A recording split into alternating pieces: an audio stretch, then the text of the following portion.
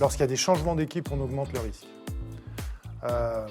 Alors après, quand est-ce qu'il y a des changements d'équipe? Alors tout dépend de ce qu'on appelle changement d'équipe. Ça touche surtout les urgences, en particulier au petit matin, lorsque les urgences chirurgicales sont dans la nuit profonde et débordent sur le petit matin, où on a des changements d'équipe. Le fait de travailler avec des professionnels qu'on ne connaît pas peut augmenter le risque de mauvaise communication, mais à l'inverse, travailler avec des gens avec qui on a l'habitude de travailler peut parfois induire des communications inappropriées par des non-dits. Je ne te l'ai pas dit parce que je pensais que tu l'avais compris. Est-ce qu'il ne faut pas rajouter une transmission écrite en plus de la transmission orale lorsqu'on change une équipe? Il ne faut pas substituer les compétences non techniques, la communication, protocole ou procédure.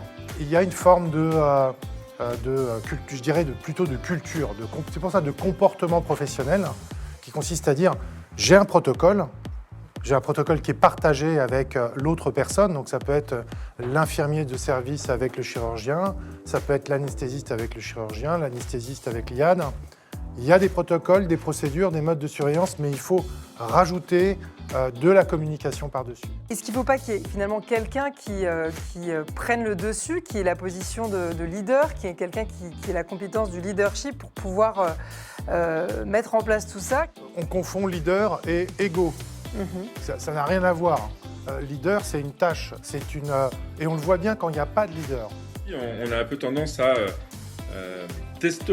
testostéroniser le leadership. Le leader, ça doit être quelqu'un de ferme qui s'impose, le plus expérimenté, alors que pas du tout. Le leadership, comme Pierre l'a dit, c'est effectivement une attitude d'écoute et il n'y a pas de bon leader sans follower.